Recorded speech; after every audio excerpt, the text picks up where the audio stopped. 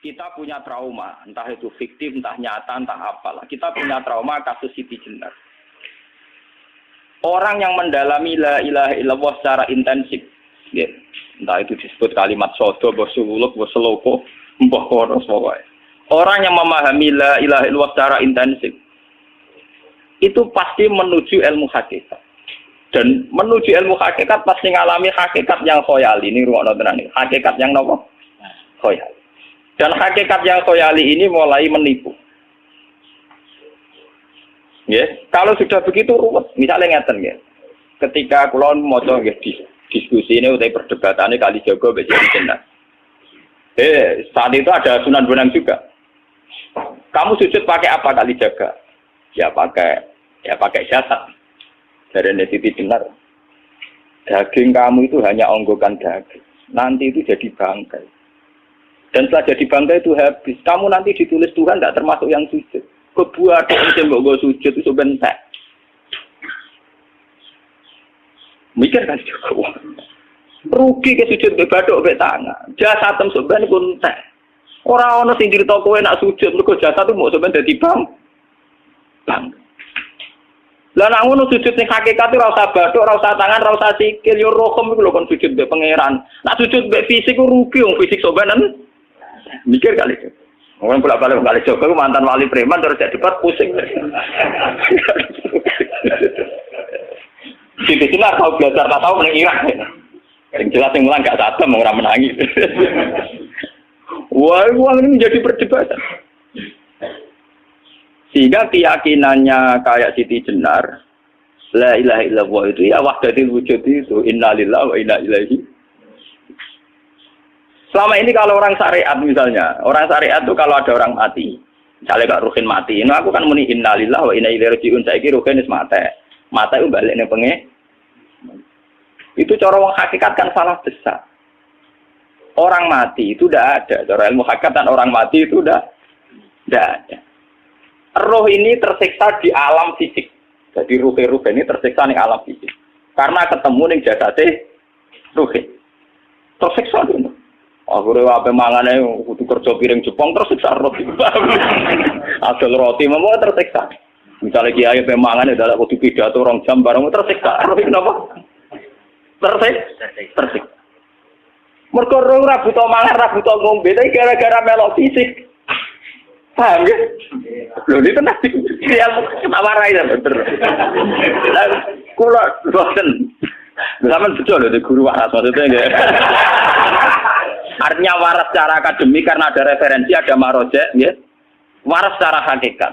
Kulo nu mau merasake sampean wis ilmu hakikat. Artinya saya juga ngalami ilmu hakikat. Lan ketika sekarang hikam wong ora tau muka safar rasa jadi ulama. Terus entah sekian detik ulama itu harus pernah muka safar. Biar merasakan ilmu napa? Ada. Tapi ilmu hakikat itu bisa dilogikakan sebelum sampean sampai secara musyahadah. Paling enggak bisa sampai secara logika. Manusia itu mulai Nabi Adam sampai sekarang itu kan punya roh. Dan roh itu tidak makhluk. Ya, roh itu tidak makhluk. Ketika roh itu diletakkan di jasad, dia itu tersiksa. Karena ketika dia ke jasad fisik, namanya mengalami keterpisahan dengan yang abadi. Dia ini yang jasad fisik, tersiksa. Karena dia harus di alam yang kasat mata, alam multi. Tersiksa. Ketika dia tersiksa, semelok ruhin, akhirnya dia mangannya kangelan, akhirnya lesu, mangan. Padahal roh gak butuh mangan, perlu dicatat, roh gak butuh. Ini butuh gunung kidul barang, kan roh butuh rapi. Paham kan? Ini butuh cinta, butuh pegatan, butuh macam-macam. Paham? Tapi karena dia nemplek jasad, yang butuh mangan, butuh rabi, butuh wedoan, macam-macam. Akhirnya roh tersiksa. Suatu saat kalau roh ini dalam bahasa manusia mati, ini dalam bahasa manusia mati. Ini hakikatnya roh itu tidak mati, dia kembali ke habitatnya. Ini disebut innalillah. Kita ini dari awal ya dengan Allah. Wa inna ilaihi juga kemudian nanti kita pasti kembali ke Allah. Dan itu diyakini betul oleh orang wahdatul wujud. Jadi kalau roh mati itu ya tidak ada mati. Terus sekarang itu kembali karena sudah lama mengalami keterpisahan mergo melok fisik-fisik dari ono kerja dasinan, ono nggo proposal roh melok. Paham itu? Kita di roh itu napa melok roh? Lah roh ya tersiksa, aku ora butuh mangan, ora butuh proposal, bocah ngalor. Itu tersiksa. Makanya dalam cerita-cerita Jalaluddin Rumi yang otentik di kitab-kitab begitu. Ketika beliau mau meninggal, muridnya itu nangis. Dari Jalaluddin Rumi, kamu jangan nangisi saya ini mau pesta, saya ini mau pesta perkawinan. Kamu tidak merasakan penyesalan saya ini lama menyesal, karena harus hidup bersama kamu. Terus saya ini tersiksa karena ngalami alam yang rusak, yang fana. Alam yang fana. Harusnya roh saya itu di alam abadi, bukan di sini. Maka jangan tangisi kematian saya. Kematian saya adalah kembalinya roh ke habitatnya. Semenjak itu kematian dianggap malam perkawinan, karena roh kembali. Walhasil nguniku seorang ilmu tasawuf bahasa Arab jenenge wahdatul wujud, kena Jawa Yogyakarta Solo kok adanu jenenge manunggaling kawula. Mergo sing rawan ngono rugen, Pak. Nek iki tak terangno detail. Dadi bathuk mesti iki buku sujud kan niku sampeyan ilang. Dadi seksine ra ono cara teorine sinten Siti rugi kowe. Jadi ya kendo. Pak kali coba mantan preman jak debat terus ora ngono mbok terus tak pateni kowe. Lah debat ini biar ra iso. Premane kumat. Ya ta preman jak debat ilmi. Ngono ku model. Kali Joko yo ora salah, dhisik Sayyidina Umar nggih ngoten. Soal Umar sahabat top, lha jak debat ada milih patenane ya Rasulullah. Gak iso dene ilmiah. Mantar preman pasar rukat terus jadi sahabat top. Debat yang milih mate. Ada wonten cerita wong Yahudi njaluk keputusan Nabi. Bareng wis diputusno Nabi cek mamang. Ndak tenang keputusane ngono dalam sengketa duniawi. Bariku takok ya Ali. Ya Ali, aku mau sowan ning Nabi Muhammad. Dikai keputusan Nabi mamang cara kowe pilih. Sampai Ali dikai keputusan persis kanjeng Nabi.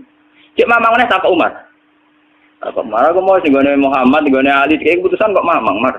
Cara kowe piye? Urusan dunya. Entah ini deh. Entah dia meleput buat apa? Uang diputus Nabi ora mar. Badak mati. Awe. Mereka mantan apa? Cara mantan intelektual kan ya wajar nggak uji kok percaya Nabi. Kan bareng cara Ali ya sudah. Gak percaya wis kandhani. Ora mesti carane tenan. Lah ora apa patene. Ya wajar wong Yahudi kok percaya Nabi, nek percaya ora gitu Yahudi Muslim. Lah ali itu Gus Dur. Are Gus Dur ra beda piye tenang. Ali nyen ngoten watake ngoten. Nasibe padha. Ali itu ilmuwan yang jadi presiden gak sukses. Sing niru Gus Dur. Mergo ning tinggal negara wong pinter mimpin ra sukses. Wong pinter gampang maklumi. Lah misalnya kita jadi kiai wong pinter, kayak santri ini pacaran, maksud itu jangan ada cerita besok. Wah ruwet, terus malah dalil dinalina subuh syahwat minan. Iya bodoh tanpa pelaturan tadi. Paham ya, ruwet dah.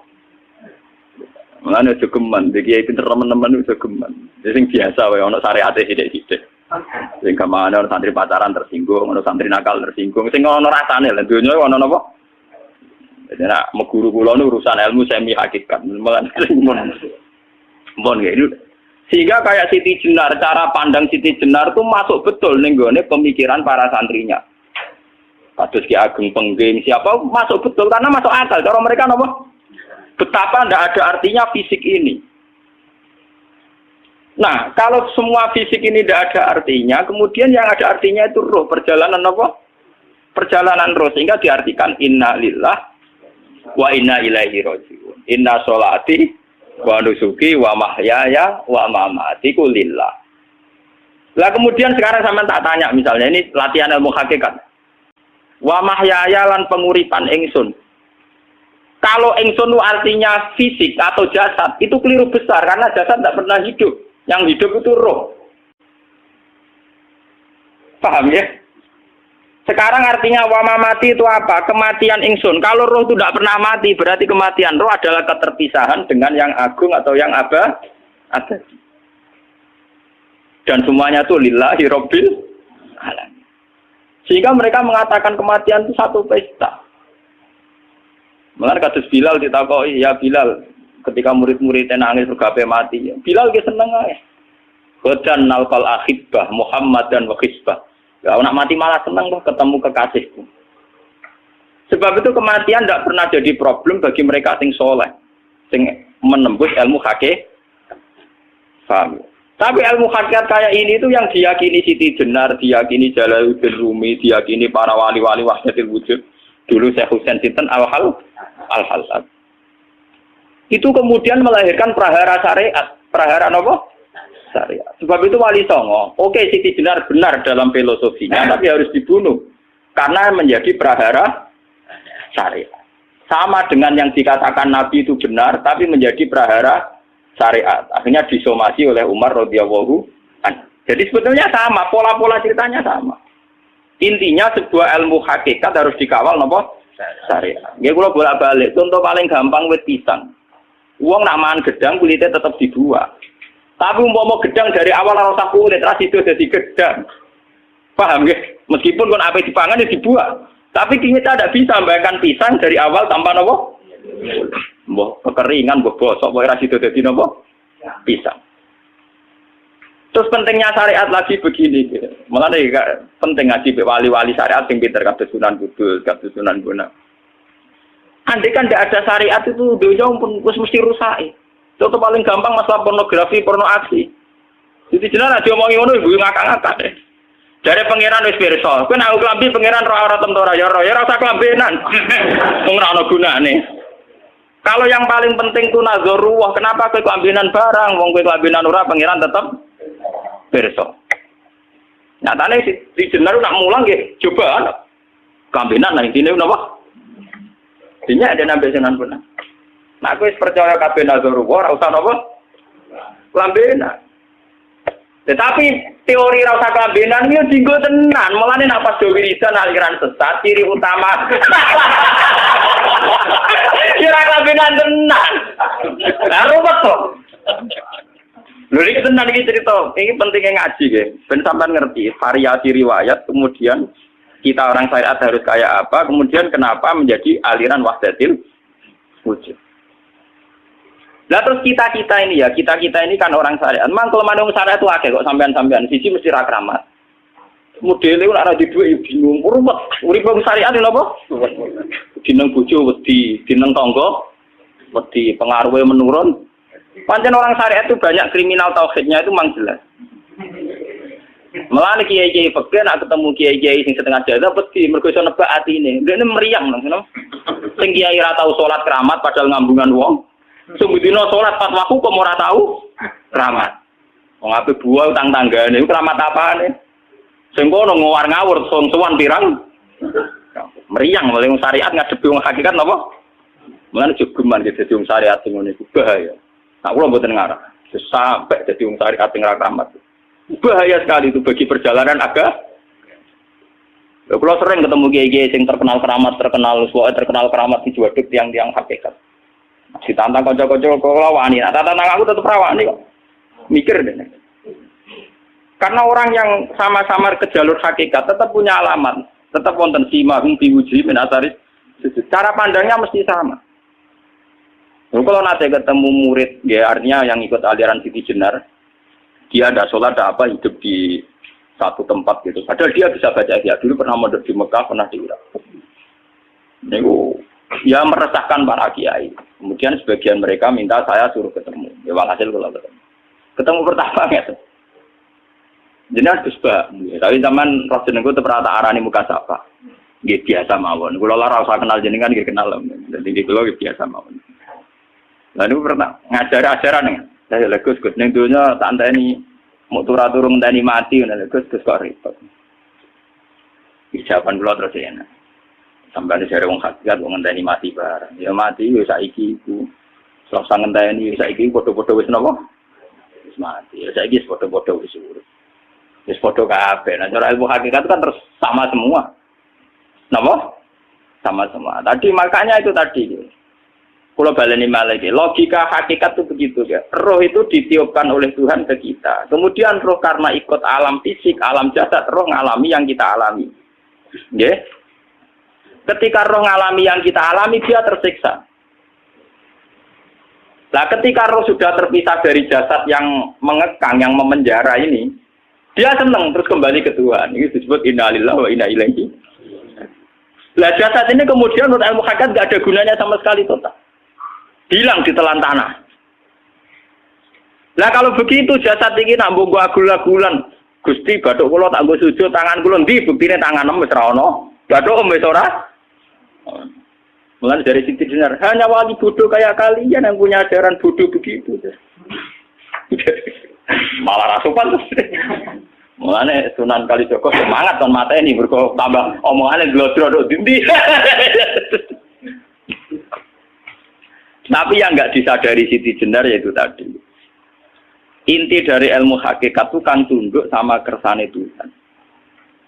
Kalau sudah tunduk pada kersane Tuhan, kalau kersane Tuhan roh kita harus di jasad. Dan wujud jasad kita ini juga karena kehendak Tuhan. Kenapa yang wujudnya jasad yang karena kehendak Tuhan engkau ingkari? Sementara wujudnya roh tidak kamu ingkari. Toh wujudnya jasad ya bi iradatillah wa bi masyiatillah. Wujudnya roh ya bi wujudit bi masyiatillah wa ira. Harusnya fungsi jasad juga harus kamu akui toh Siti Jenar. Wong sekarang kita punya jasad ya bukan karena kita, karena kehendak Allah. Kenapa kamu ingkari? Berarti kamu mengingkari kehendak menang Siti Jenar.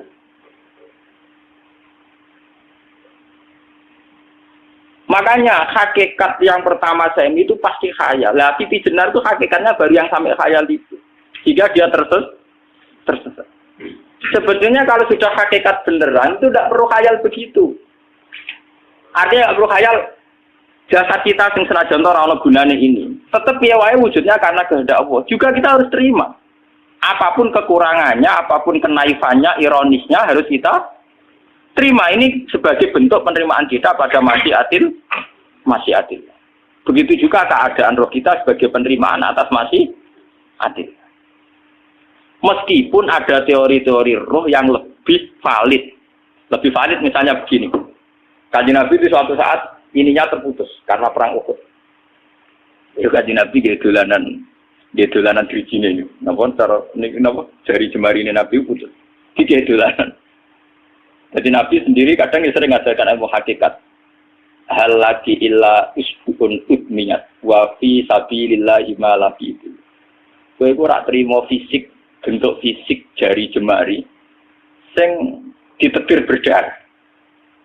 Tapi nak kowe wis fi sabilillah ayo wis balik ning habitatem. Jika kenapa para sahabat itu ketika dicincang, ketika putus tangannya, putus kakinya, sahabat yang usul ke ilmu hakikat itu malah senang. Karena jasad kita ini kan ila sabilillah menuju jalan Tuhan.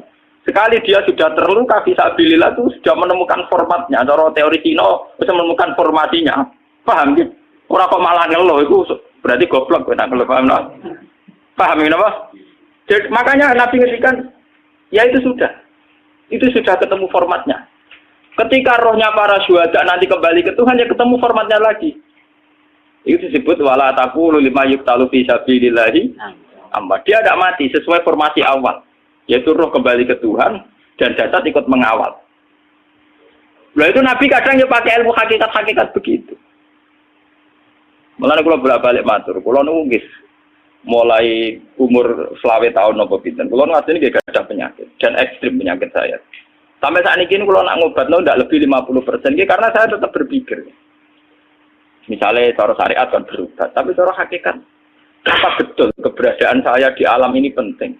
Sehingga aku kepengen urip tak bela-belani ngantekan ratusan juta. Jangan-jangan penting mati ikuti bang uripku. Lah nak ngono lha apa tak bela-belani? Entek ratusan juta. Jadi misalnya kita berobat ya mau, ya dari Nabi kan berobat ya berobat. Pokoknya kita Islam masih mau geruduk kadang orang paham. Sekali kamu mengamati dengan sisi hakikat, coba sekarang sampean pikir, coba sekarang nggak pakai logika hakikat, pakai logika syariat saja. Saya ini misalnya asetnya 10 juta, misalnya, ya, saya punya aset 10 juta.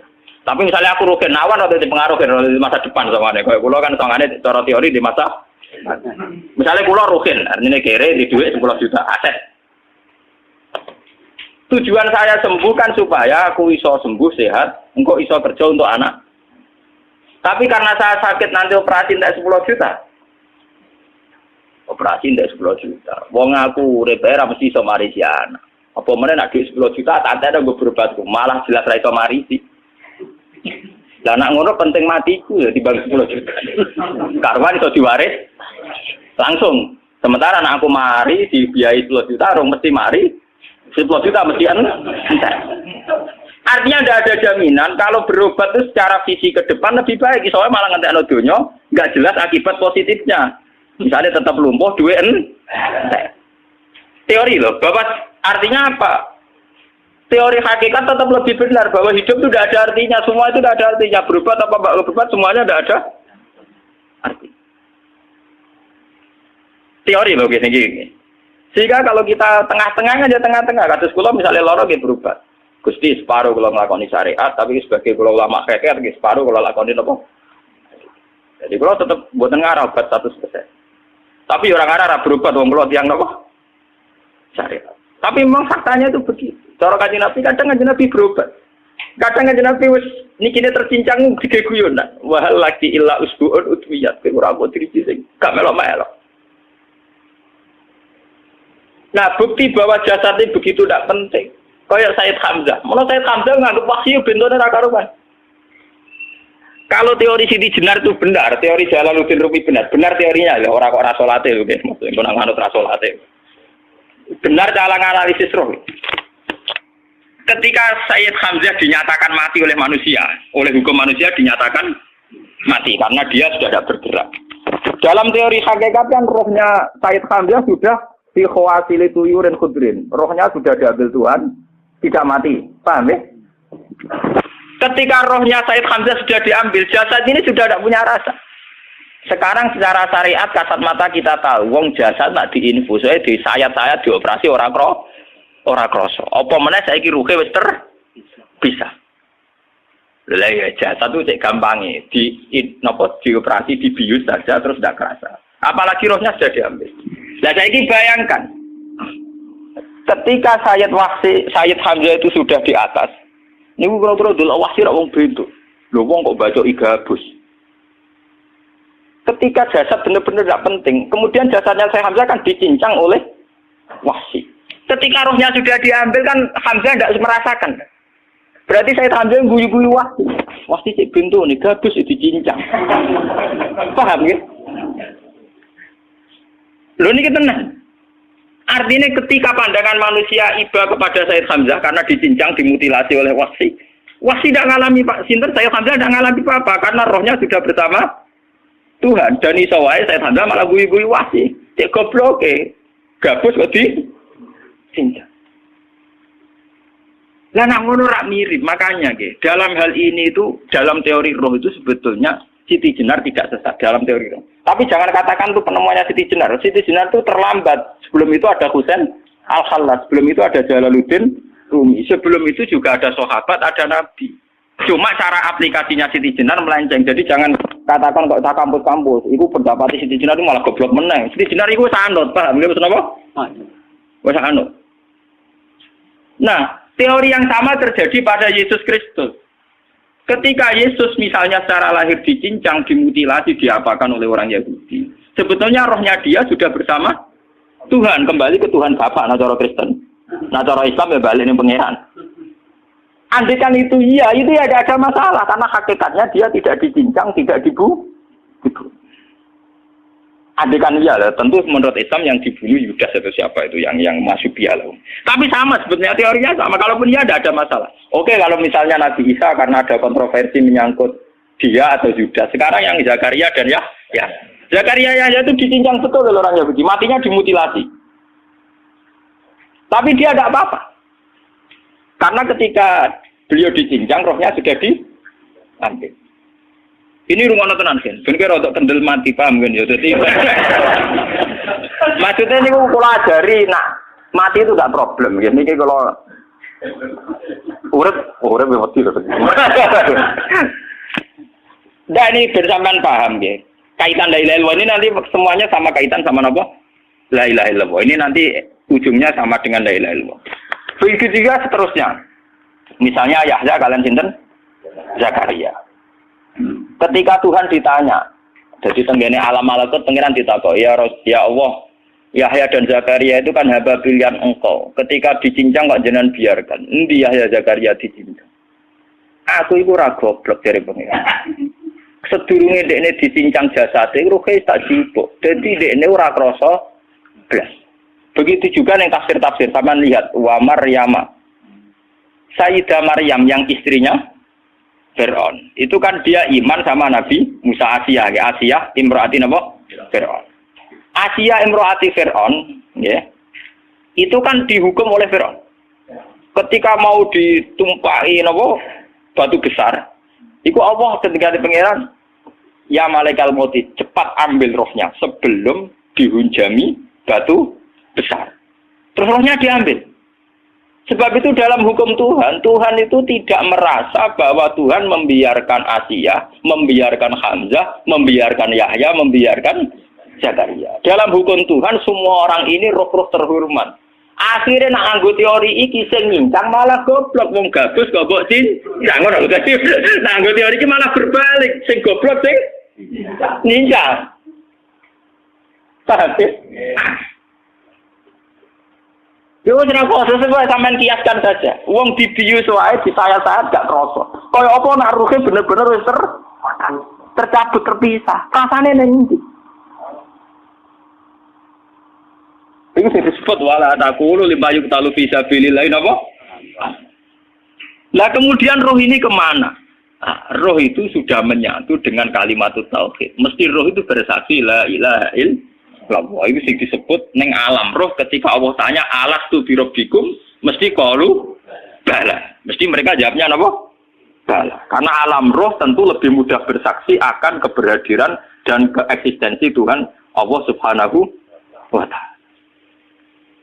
Paham ya, ini sama penting. Nah, ketika kalimat tauhid sudah menyatu kayak begini, itu mesti kalimat tauhid sing mesti langsung untuk swarga. Itu dimaksud Nabi mustaiqinan biha qalbu mukhlishon biha qalbu.